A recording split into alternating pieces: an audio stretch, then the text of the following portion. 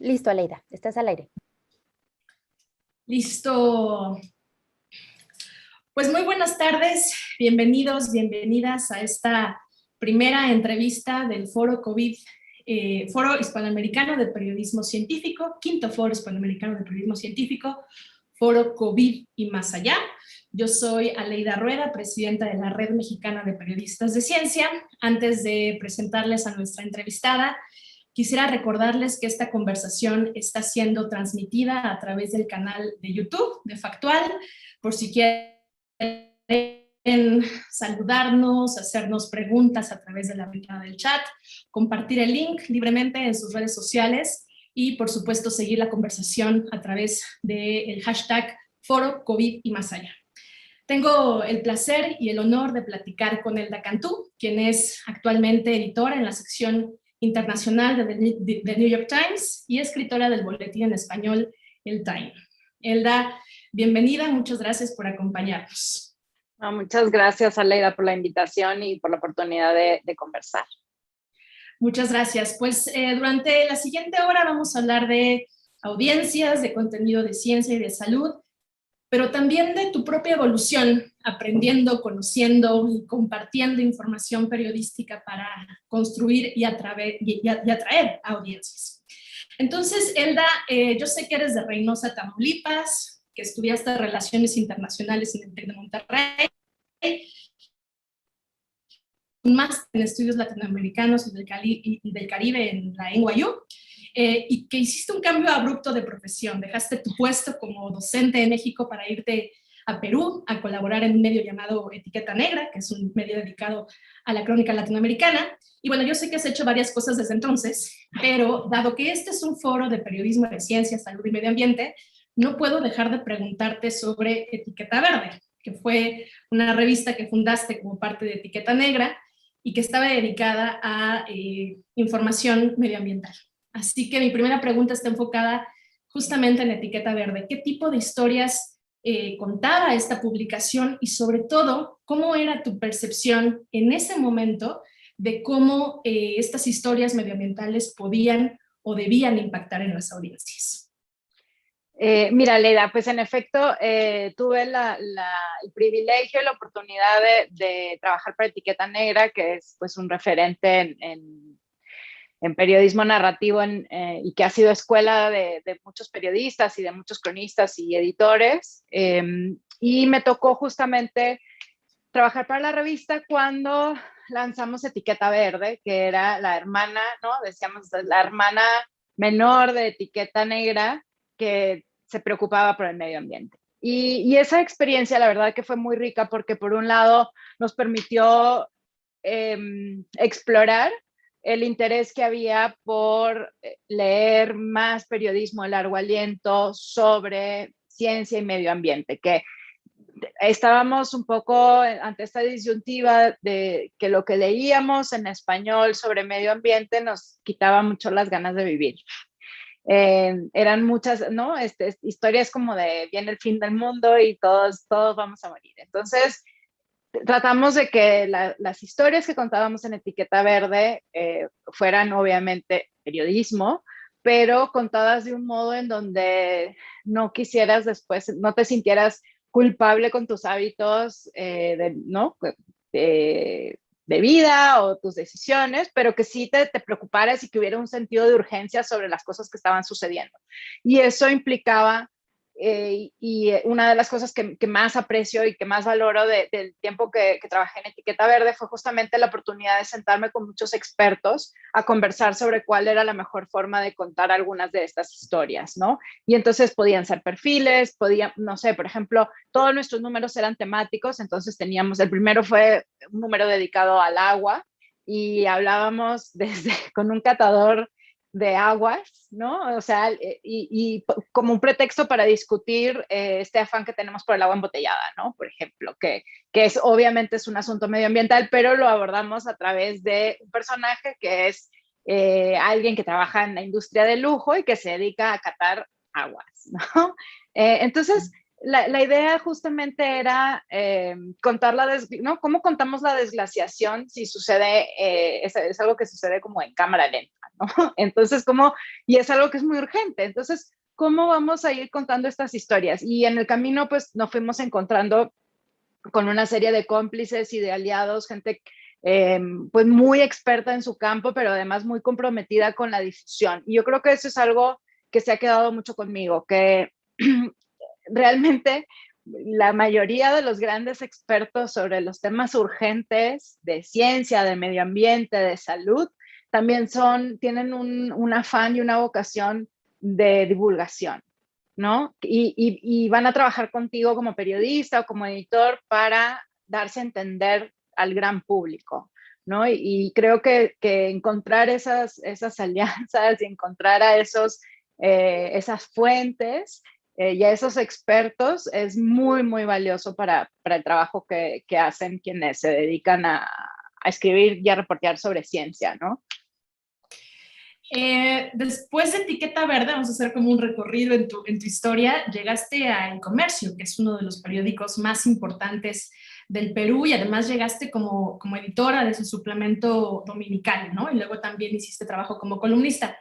Yo imagino que ese fue un nuevo gran desafío, ¿no? No solo porque se trataba de un periódico, uno de los más grandes, sino porque debiste entender, pues, qué público lee suplementos en domingo y qué ofrecerles. Para todas las personas que están trabajando en grandes periódicos y que no necesariamente tienen muchos contenidos de ciencia, salud y medio ambiente, ¿qué puedes decirles? ¿Qué aprendiste en esa etapa sobre cómo acercarte y conectar con las audiencias? Mira, fíjate que el tiempo que pasé en El Comercio fue también, ¿no? Pues muy valioso, también de mucho aprendizaje, una redacción muy grande, muy antigua, o sea, el diario pues, más antiguo de América Latina que sigue en funcionamiento. Y, y una de las cosas que hicimos con el suplemento era justamente la vocación del suplemento estaba dirigido a un público femenino, pero en realidad sabíamos que el domingo es el día que pues, la gente realmente se sienta con el diario, ¿no? A leerlo, y teníamos muchísimos lectores varones, ¿no? Sin embargo, una gran parte del énfasis de View, que era como se llamaba esta publicación, era en temas de salud. Entonces, igual, ¿no? Tuve la suerte de trabajar con reporteras que tenían mucho tiempo cubriendo las fuentes de salud y bienestar, y entonces ahí el desafío era cómo hacemos no sé, la última tendencia, ¿no? Para bajar de peso o para hacer ejercicio tenga la solidez de lo que sabemos, ¿no? Científicamente, pero que además te provea un servicio, ¿no? Y ahí nuestro principal objetivo era ser de utilidad, permitir que las personas, que los lectores tomen mejores decisiones en su vida, y puede tener que ver con la crianza, con el parto humanizado, ¿no? O sea, es decir, con diferentes formas y de manera muy aterrizada. Era obviamente un formato mucho más corto, no hacíamos historias tan largas como a lo mejor hacíamos en Etiqueta Verde o en Etiqueta Negra, pero tenían que estar muy enfocadas a la acción. Y entonces ahí pues aprendes también el valor de la precisión y además del contenido que es accionable, ¿no? Que te da algo para hacer, que te da una recomendación, una orientación, que te despeja una duda, ¿no? Estos formatos de mitos y verdades, por ejemplo, que vemos con mucha frecuencia, pero que en realidad son muy útiles porque te puedes enterar muy rápido de algo que tal vez has visto pasar por ahí o que tus contactos están compartiendo, y ¿no? Los temas, por ejemplo, de lactancia, que son, pues, son temas que tienen mucho impacto en la vida de las personas, que se discuten con mucha pasión y en donde hay casi siempre muchas opiniones expertas y encontradas, ¿no? Y entonces es buscar ese equilibrio y servir de la mejor forma posible a tus lectores. Finalmente, pues llegas a New York Times en diciembre del 2018. Entiendo que empiezas a trabajar redactando el Time, ¿no? El único boletín en español que tiene el periódico. Entiendo que tiene más de 50. Y en una entrevista que del TEC de Monterrey, dijiste que cuando llegaste tuviste que ver qué necesitaba para revivirlo, qué necesitabas hacer para revivirlo. Así que quiero preguntarte, ¿por qué estaba considerado muerto y en qué cosas te fijaste para poder revivir este contacto con las audiencias en español? Eh, bueno, en realidad creo que el asunto de... Yo llegué al Times en diciembre del 2018. En esa época había un esfuerzo muy grande para publicar contenido en español en el Times y el boletín se hacía diariamente, ¿no? Cuando esa iteración del proyecto de español concluyó en 2019, el boletín entró en una pausa, ¿no? Entonces, a eso me refería con eso. Entonces, ese boletín que se publicaba diariamente y que lo escribíamos con un equipo de colegas que era, se enviaba de lunes a viernes, entonces un boletín diario es un trabajo que requiere muchos esfuerzos ¿no? y el trabajo de mucha gente. Entonces, cuando la iteración de español en ese momento cambia, teníamos a los lectores del boletín que pues extrañaban esa frecuencia diaria y pensamos, bueno, ¿cómo podemos hacer para seguir sirviendo a los lectores ¿no? del boletín que se había quedado en pausa? Y entonces decidimos que lo íbamos a publicar una vez por semana, que era lo que podíamos hacer con el equipo actual.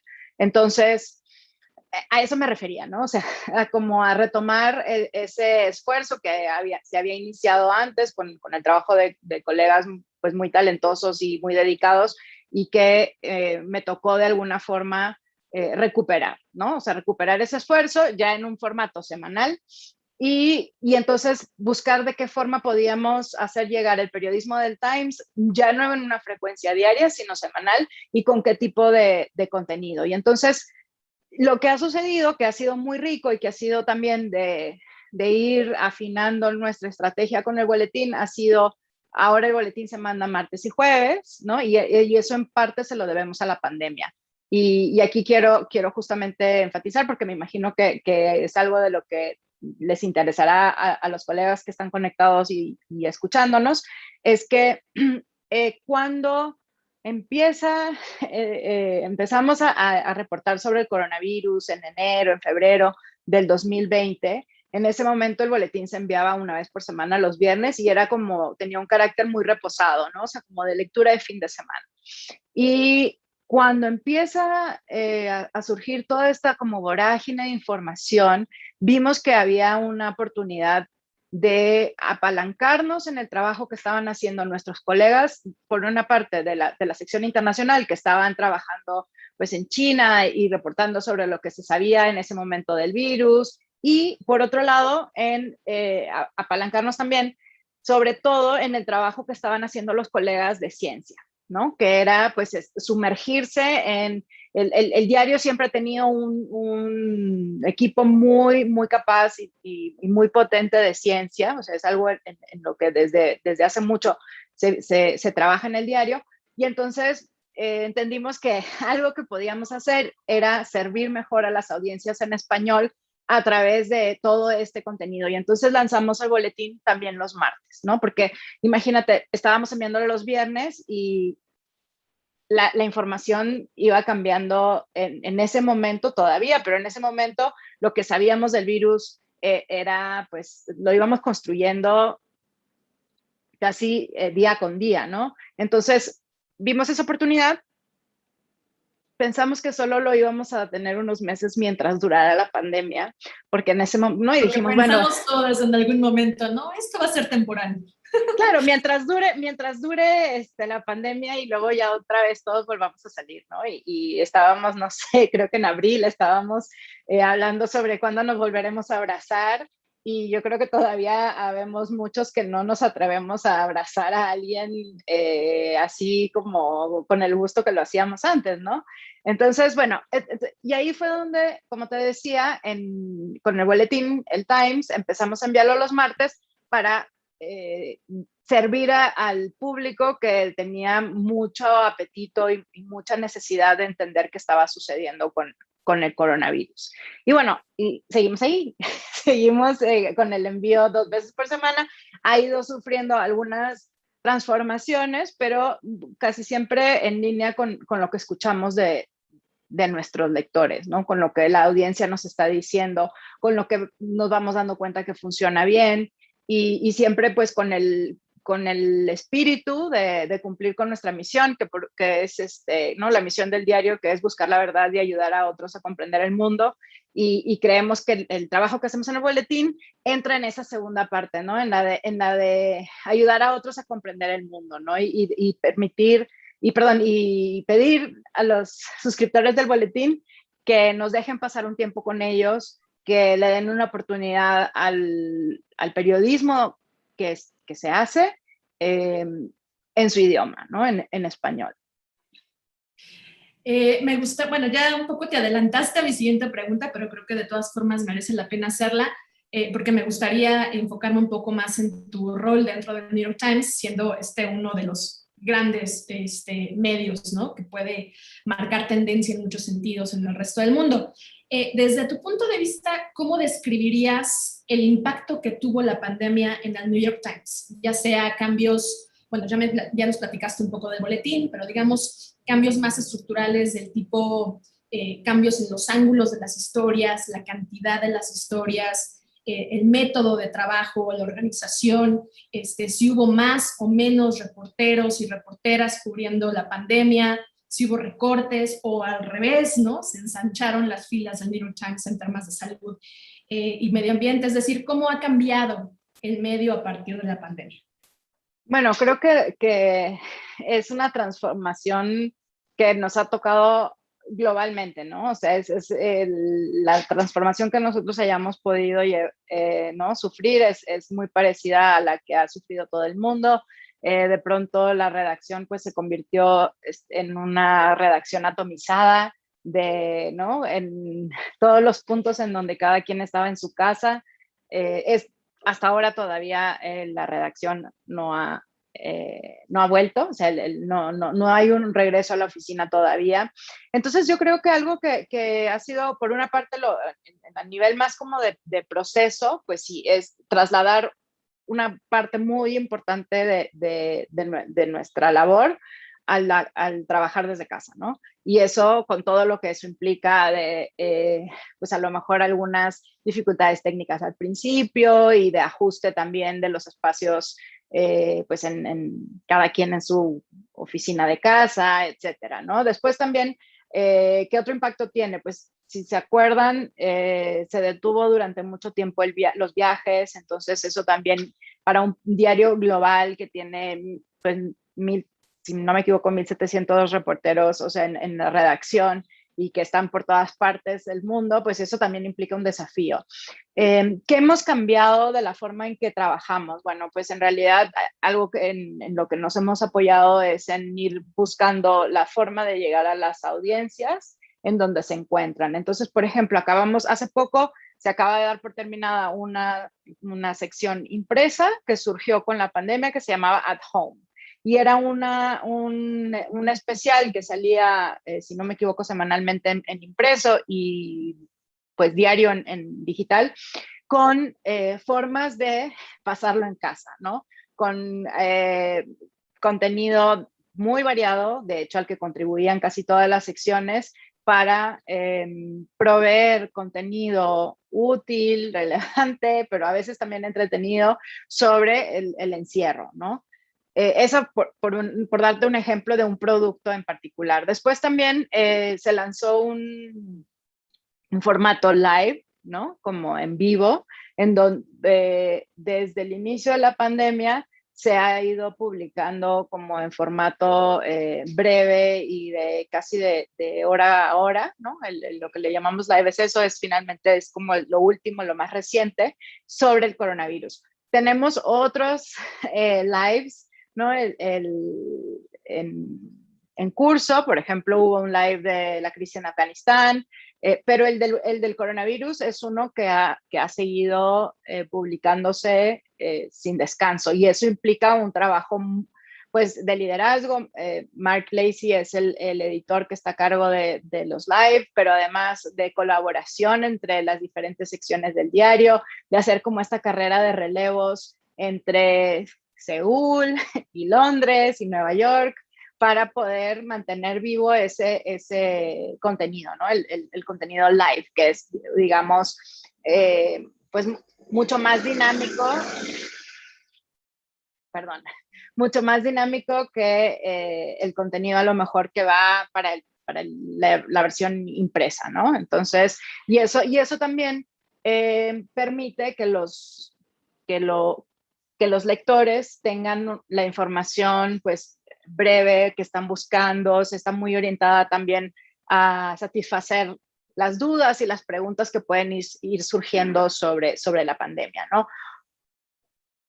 ¿Qué más te puedo decir que hemos cambiado? Pues una de los trabajos más grandes que se han hecho en el diario también tienen que ver con el mapa de hospitalizaciones y casos a nivel de Estados Unidos, condado por condado, porque algo con lo que nos hemos topado todos es que las cifras de contagios, de hospitalizaciones, de fallecimientos, pues han estado, y eso no solamente en Estados Unidos, sino en todas partes, han ido pues cambiando con el tiempo, ¿no? Y entonces llevar ese registro y actualizarlo y que las personas puedan saber en su condado, ¿no? Cuántas personas se han contagiado, cuántas han fallecido y que puedan tomar mejores decisiones, ¿no? Sobre su propia salud, sobre si viajar, si mandar a los niños a la escuela, pues también eso es o sea, ha sido un esfuerzo de recabar muchísima data muy fina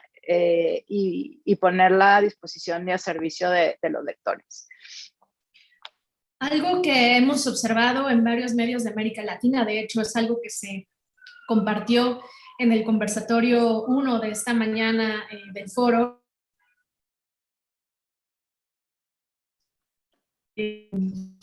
pues esta práctica hablando sobre que las partes de ciencia, los temas de ciencia, los están cubriendo los periodistas o las periodistas de política. Y no necesariamente las y los periodistas de ciencia y de salud que ya tienen varios entrenamientos o varios años de entrenamiento. Esto sucedió en el New York Times. ¿Quiénes cubrieron la pandemia o quiénes están cubriendo la pandemia durante todo este tiempo? Bueno, todos cubrimos la pandemia porque la pandemia ha permeado nuestra vida, ¿no? Pero bueno, la división ahí es, hay temas que son de ciencia porque le pertenece, ¿no? Es el expertise, es del reportero de ciencia o del editor de ciencia y ciencia asigna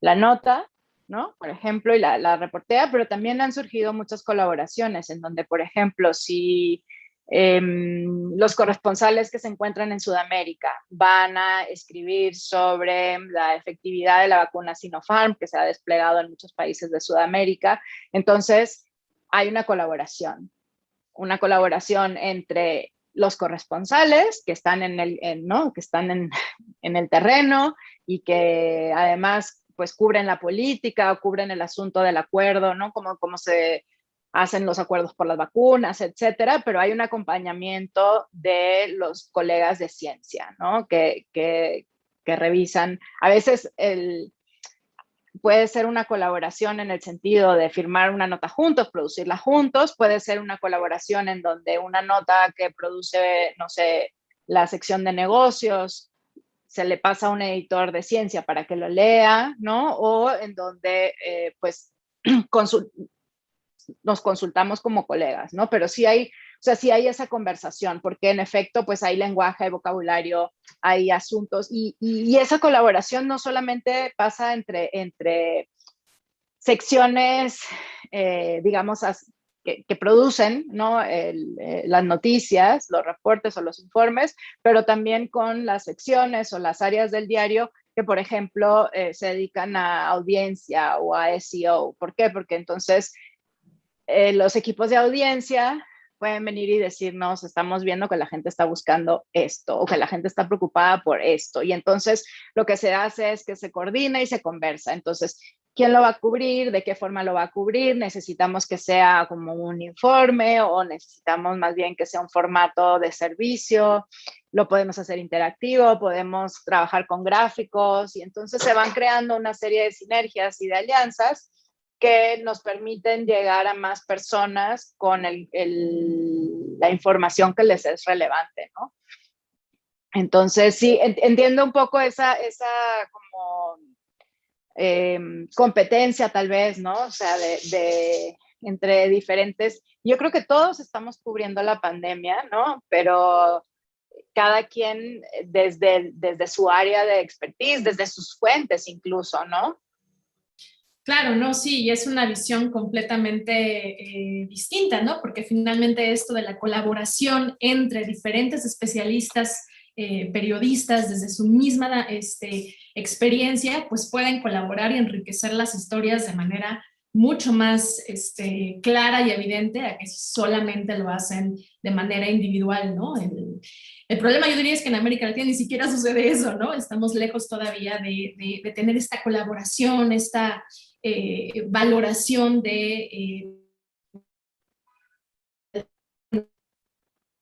colaborativo dentro de un solo medio. Hablaste de las audiencias y me quiero centrar un poco en eso, porque claramente es algo que tú desde el New York Times manejas mucho frecuentemente, digamos. ¿Tú tienes identificado el tipo de audiencias que consume el New York Times en español? Digamos, para alguien que iniciará un medio o que quiere trazar una estrategia para llegar a más personas, ¿hasta qué punto consideras necesario conocer quién es el público? Bueno, creo que conocer al público es vital, ¿no? O sea, porque hay una crisis de atención, hay una crisis como hay mucha información, ¿no? Y la personalización es importante, ¿no? Y a lo que me refiero con personalización es entender quién te está leyendo y para qué te está leyendo, ¿no? Te está leyendo a alguien que está buscando entretenerse, te está leyendo a alguien que quiere informarse, cómo es ¿no? el panorama informativo de tu audiencia, ¿no? O sea, porque tienes que conocer quién es tu competencia, o sea, no solamente tienes que conocer a tu audiencia, ¿no? Saber a quién estás hablando para poder personalizar no solamente la información, sino el formato, los titulares, los gráficos, ¿no? O sea, esta nota la voy a poner en Instagram o la voy a poner solo en Twitter, ¿no? O sea, y esa decisión, pues, viene justamente de conocer a tu audiencia, de saber dónde están y en dónde los quieres encontrar. Y eso pasa incluso por las decisiones también de qué notas se traducen, por ejemplo, cuáles tenemos en español y cuáles no. Quisiéramos tenerlas todas, pero no se puede. Entonces, cómo asignas mejor tus recursos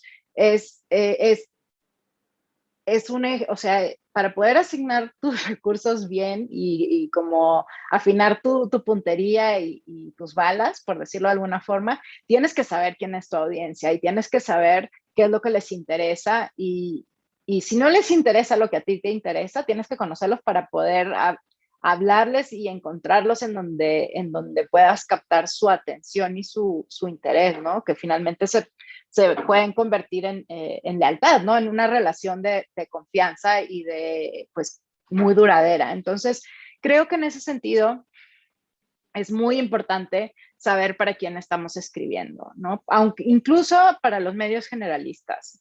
No sé, incluso si eres pues un diario, ¿no?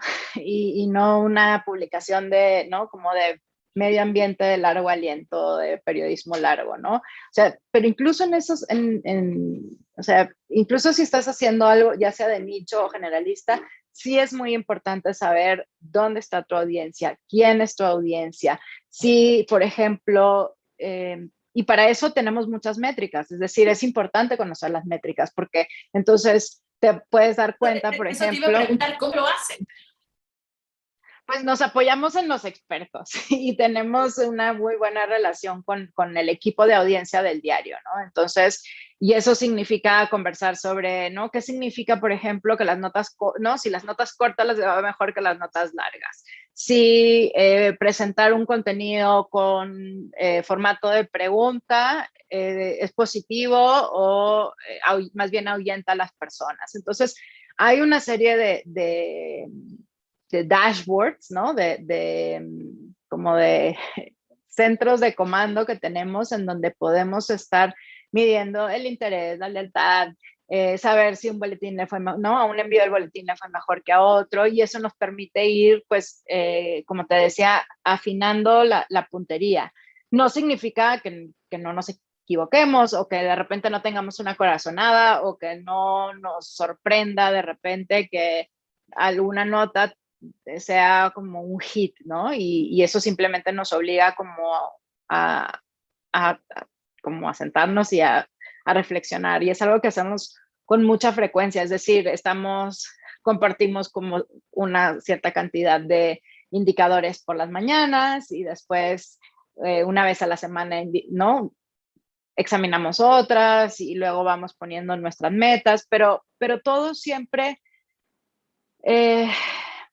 no, o sea, lo que quiero decir es que todos estos indicadores te sirven para conocer a tu audiencia, pero no son necesariamente lo que impulsa el periodismo que haces, ¿no? O sea, porque eso simplemente te debe de ayudar a saber cómo lo estás haciendo y a entender mejor lo que tus lectores están buscando, ¿no?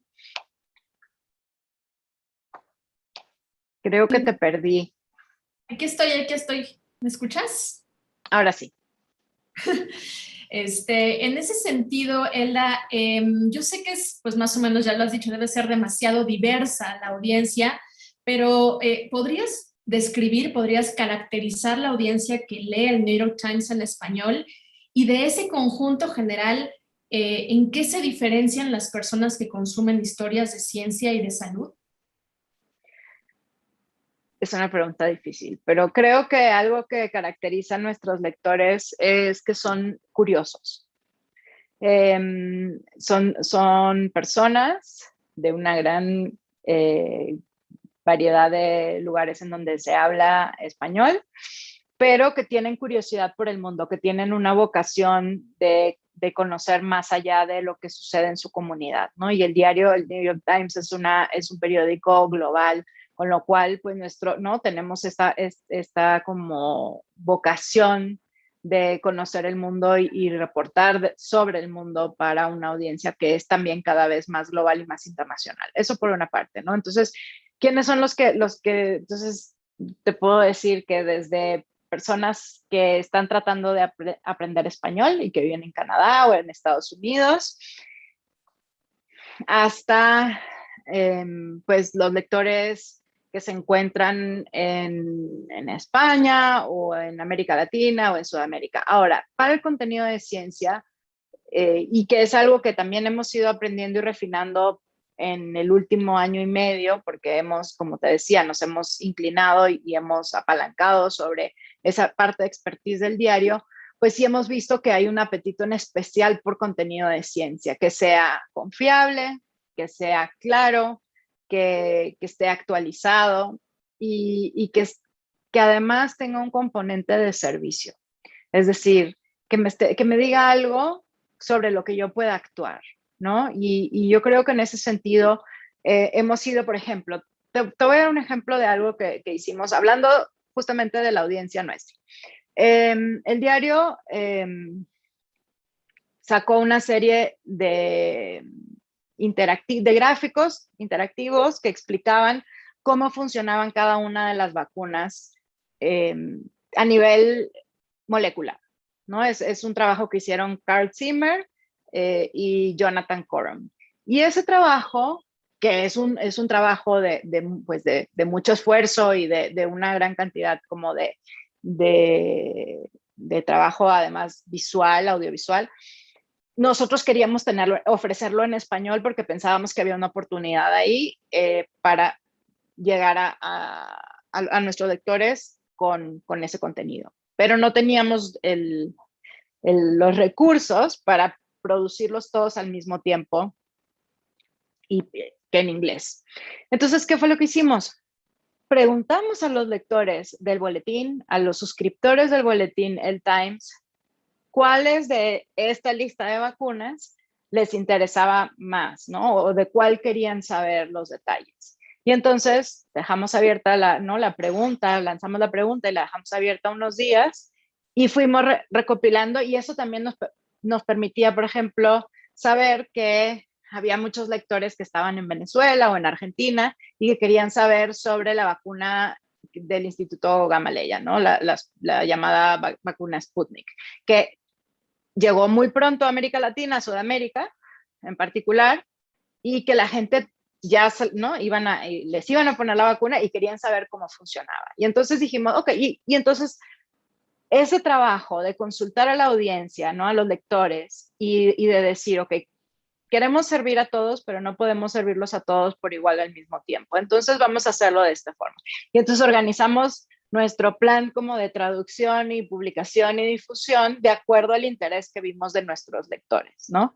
Y entonces eso hizo, además, que la colaboración también con el Desk Science, ¿no? Con los colegas que tenían que participar para producir esto, también se aligeraba o sea, hasta desde el punto de vista como de flujo de trabajo, era una empresa mucho más factible de realizar. Entonces lo fuimos espaciando, lo fuimos haciendo, y de tal forma que completamos casi todos los, ¿no? los interactivos de una manera que consideramos que era además oportuna, porque entonces, por ejemplo, el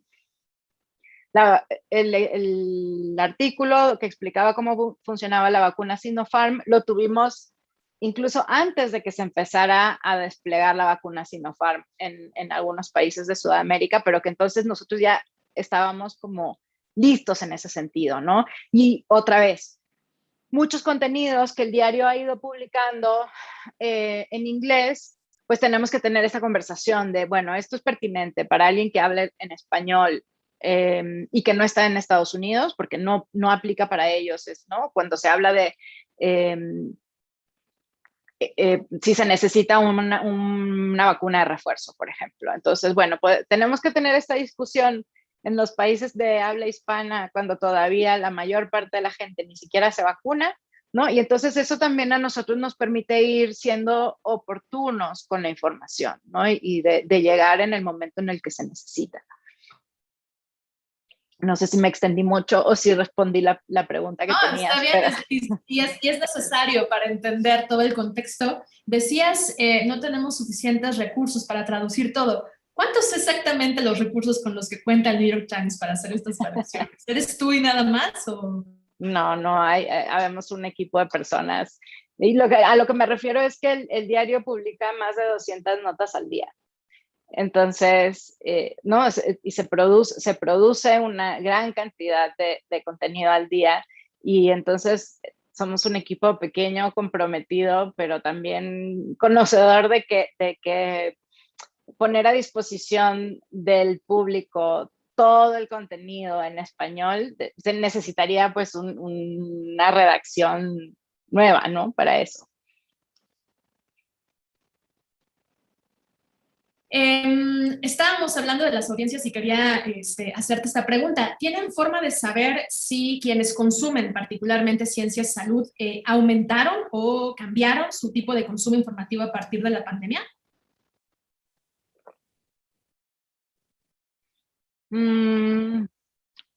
Creemos que hay un interés menos especializado, o sea, es decir, creemos que se consume más periodismo de ciencia, y de hecho, no sé si te acuerdas, pero el año pasado todo el mundo, y quiero decir, no los periodistas, es decir, de cualquier persona con la que hablabas en la calle, era experta en epidemiología y en virología, y es decir, hemos atestiguado, una de las lecciones ha sido que las personas están receptivas a aprender sobre ciencia y que quieren informarse sobre ciencia, sobre salud, sobre medicina. Entonces creo que ha sido una buena lección, es que hay apetito por este tipo de contenido, hay apetito, y lo vemos no solamente en lo que tiene que ver en particular con el coronavirus, es decir, a través de estas colaboraciones y de estas sinergias que hemos hecho con los colegas de la Fuente de Ciencia, de repente hemos colaborado, por ejemplo, en producir algunas notas en español, o sea, traducciones, sobre temas espaciales, por ejemplo, y hemos visto que han sido muy populares. Y entonces notamos que hay una receptividad, ¿no?, de los lectores en español hacia los temas que tienen que ver con ciencia, con el descubrimiento en Marte, con la exploración espacial, con el medio ambiente. Publicamos en mayo, si no me equivoco, una nota sobre los ladrones de cactus en la Patagonia y como toda una trama de cómo en la pandemia la gente está comprando más plantas, y hay un mercado negro de suculentas. Y entonces van surgiendo como estas notas en donde algo que a lo mejor normalmente dirías, no, pues eso tal vez no le va a interesar a mi público, puedes decir, vamos a ver, ¿no? O sea, porque ya conozco mejor a mis lectores, ¿no? Ya sé que están muy interesados en este tipo de notas o que quieren saber sobre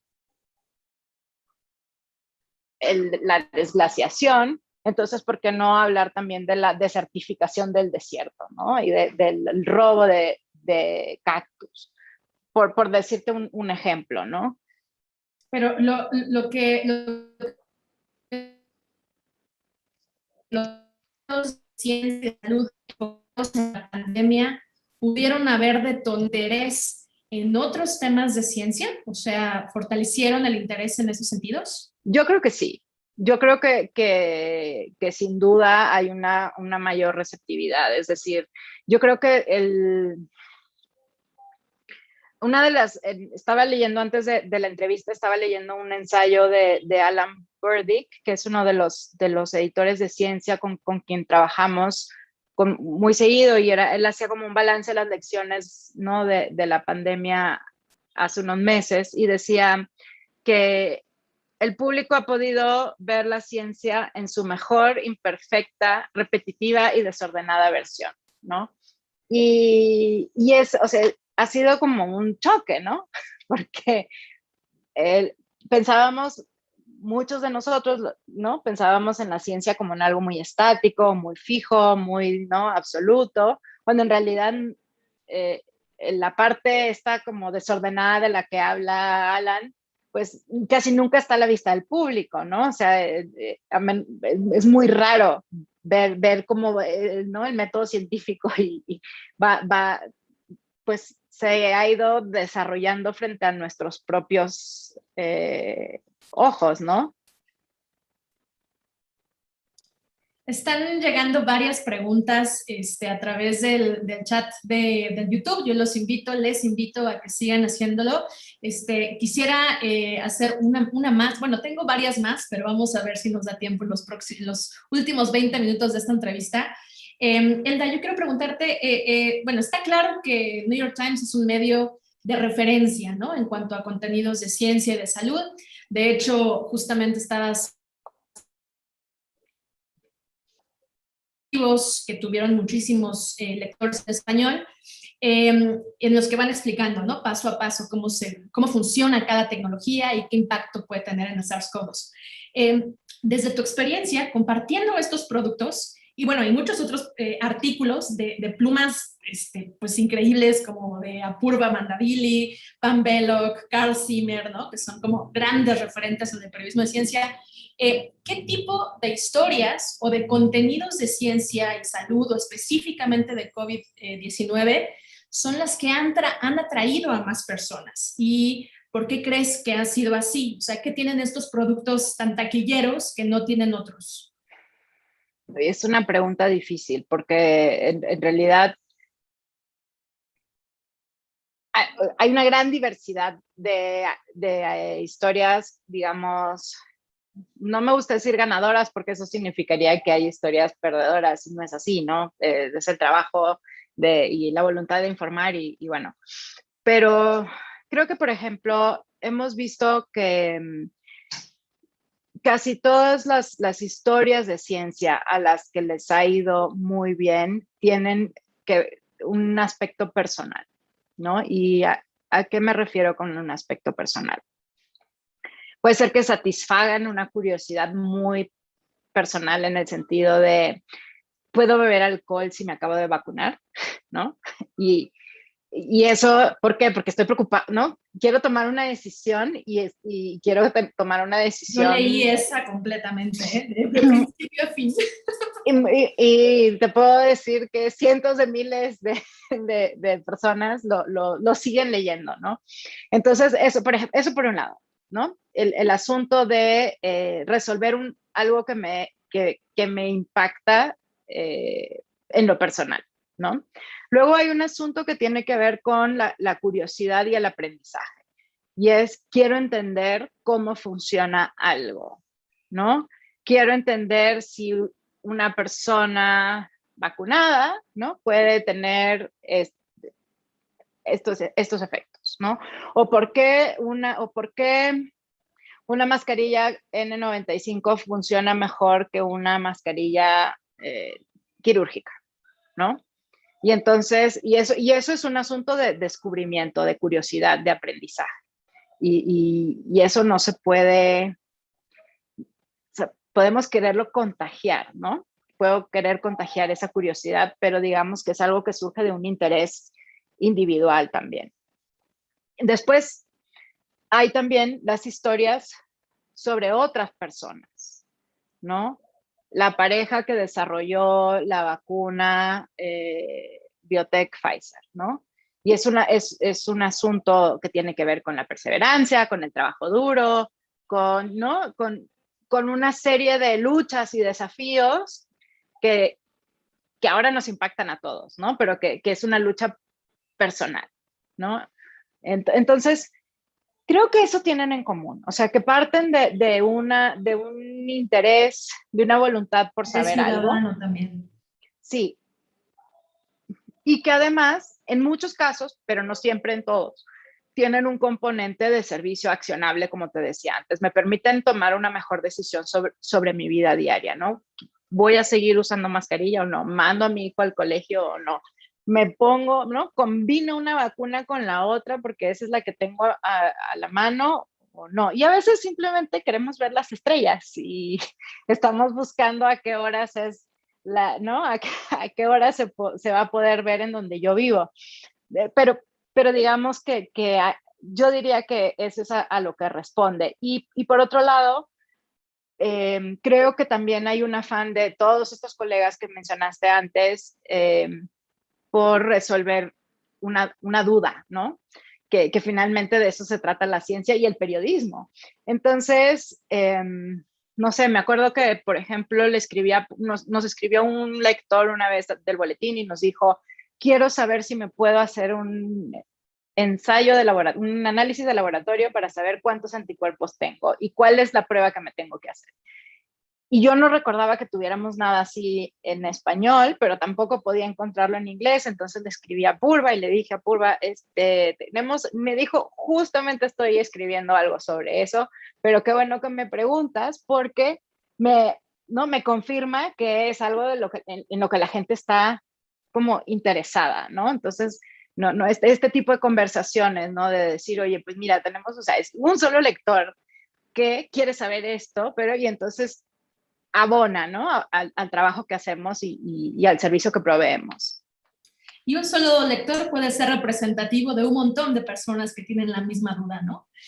Voy a hacer algunas preguntas de la audiencia. Comienzo con la última. Dice, Cecilia Rosa, empecé el esfuerzo que hace Elda por caracterizar a la audiencia del New York Times. A mí no me queda muy claro cuál es y cómo se vincula con lo que hacen en el New York Times. ¿Qué datos tienen de edad, escolaridad, posición política y sobre el público de contenidos de ciencia?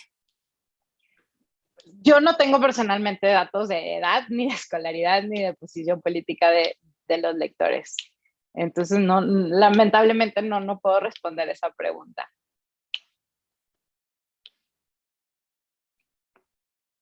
Entonces, se basan en estos datos de las audiencias.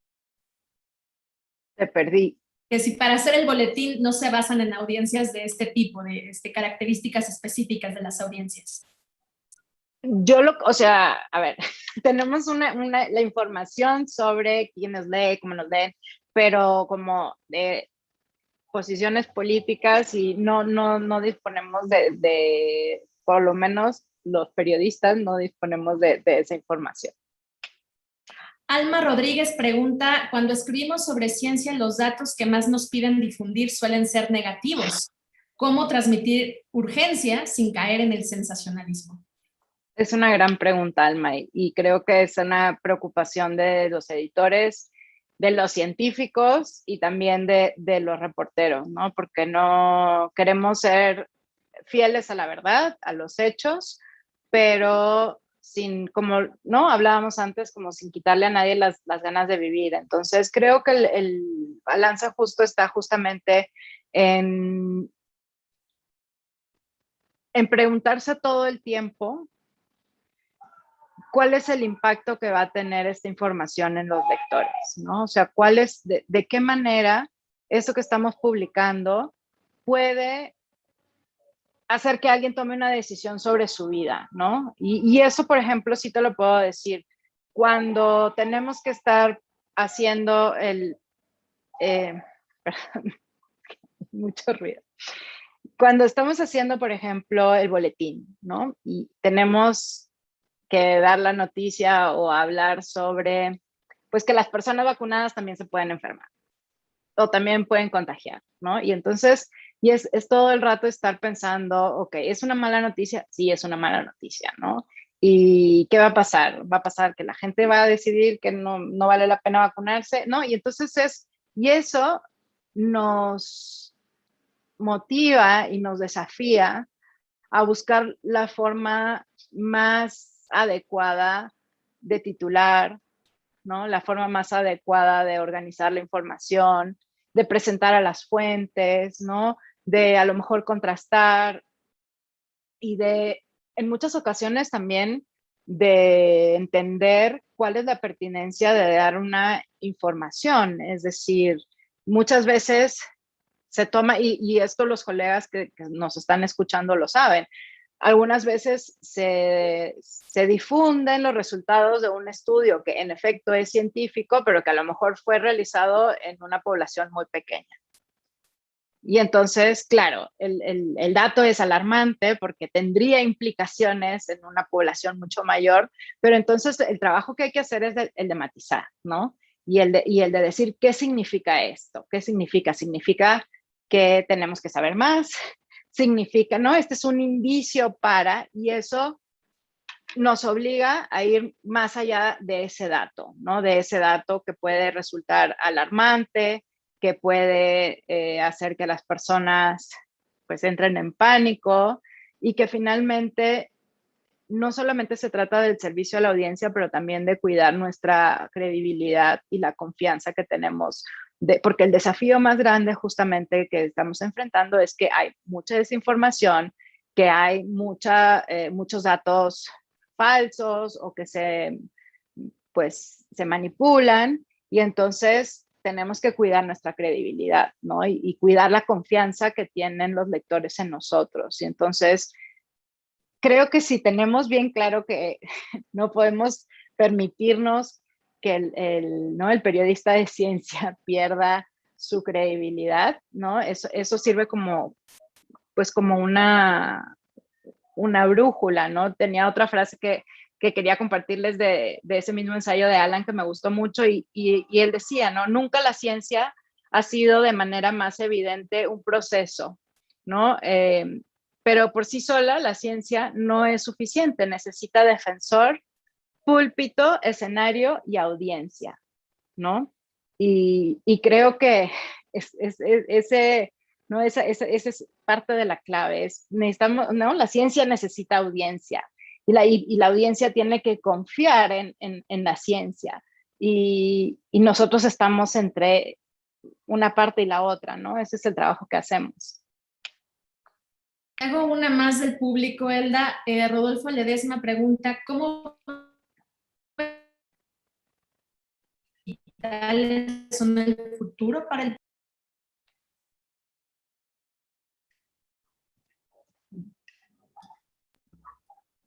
Te la repito, ¿cómo ves? Ya, Ok. Es que no te escuchaba, pero alcancé a escuchar el Rodolfo Ledesma, ¿verdad? Yo creo que todo el periodismo en realidad, pues el futuro es digital, ¿no? Eso no solamente para el periodismo de ciencia, pero sí creo que la pandemia nos ha dado, nos ha regalado como un trampolín para el periodismo de ciencia, ¿no? Es decir, ha creado, como bien decías antes, Aleida, un interés, un apetito por conocer de temas científicos y hay que trabajar en mantener ese interés, ¿no? Y en satisfacer ese apetito. Entonces, yo creo que las plataformas digitales, pues, finalmente todos estamos con el teléfono todo el día en la mano y lo traemos en todas partes. Entonces, yo sí soy una convencida de que, pues, digitalmente es como podemos llegar a más personas, ¿no? Me encantaría poder decir que el papel, porque a mí me gusta el papel y me gusta leer en el papel, eh, es el futuro. No creo que va a desaparecer, pero sí creo que tenemos posibilidades mucho más interesantes de innovar, de crear, de ser experimentales o ¿no? De jugar con muchos formatos en digital. Elda, inicié esta entrevista con la pregunta sobre tu percepción de cómo ganar audiencias cuando estuviste en un medio latinoamericano, porque imagino que fue determinante para entender los desafíos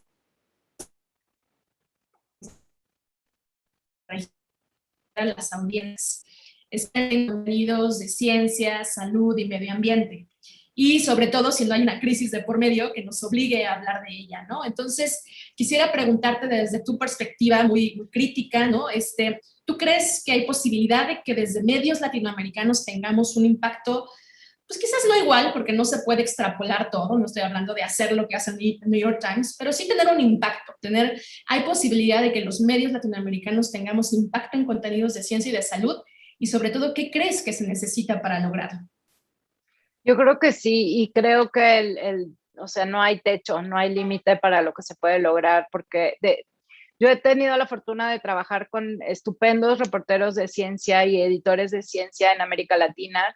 He tenido oportunidad de conversar con muchos expertos, ¿no?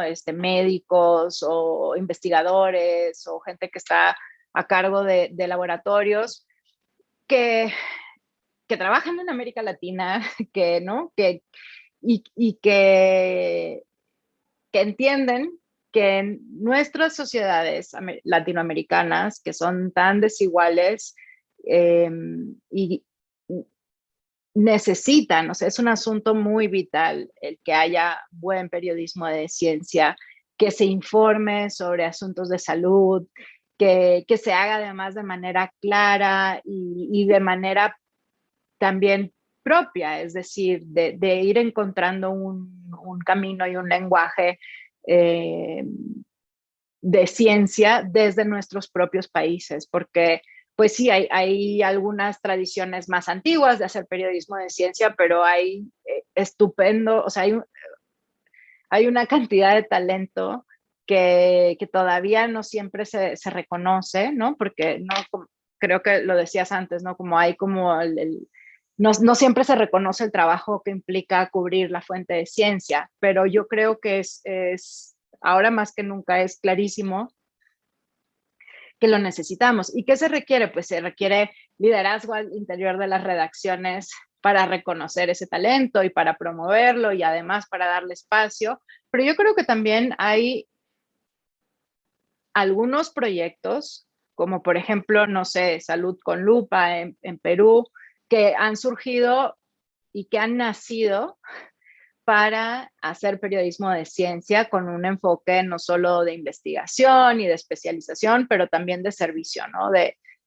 servicio a la comunidad y de ir a encontrar a una audiencia que está ávida de entender cómo funciona, pues, desde el virus hasta nuestros pulmones, ¿no? Elda, nos quedan 3 minutos. Te voy a pedir que la última respuesta sea en 1 minuto, si la puedes dar. Quisiera cerrarla justamente con ideas para llevar y respondiendo al título de esta sesión. Si tuvieras que compartir las 3 lecciones que has aprendido sobre cómo atraer a las audiencias con historias de ciencia y de salud, ¿qué nos dirías? Bueno, la primera es, la primera sería, tiene que ver con la precisión, ¿no? Es decir, no podemos, tenemos que partir de que algo sea preciso, claro, correcto, verdadero, verificado, ¿no? Porque sin eso no hay más, ¿no? Eso es lo primero. Lo segundo es apelar a la empatía, ¿no? Y en ese apelar a la empatía podemos tal vez tratar de no solamente de entender, de buscar entender el impacto que pueden tener nuestras palabras y nuestras informaciones en los demás, ¿no? Y puede ser a nivel de asustarte o de, ¿no? O aburrirte o causar pánico, o más bien de proveerte algo que satisface una curiosidad, pero que además te deja tranquilo. Entonces creo que, ¿no? Claridad y como el conocimiento científico por una parte, o sea, que sea una información buena en el sentido de datos sólidos, evidencia, etcétera. Por otro lado, en apelar a la empatía, es decir, a por qué estamos tratando, por qué creemos que esto va a servirle al otro y cómo lo va a recibir. Y yo creo que el último tiene que ver con, pues simplemente es lo que hablábamos antes, ¿no? De la curiosidad, apelar también al interés.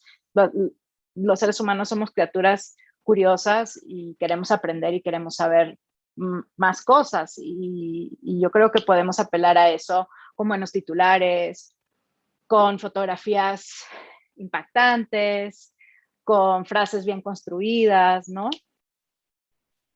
Elda, te agradezco muchísimo, me gusta terminar con eso, rigor científico, empatía e interés público.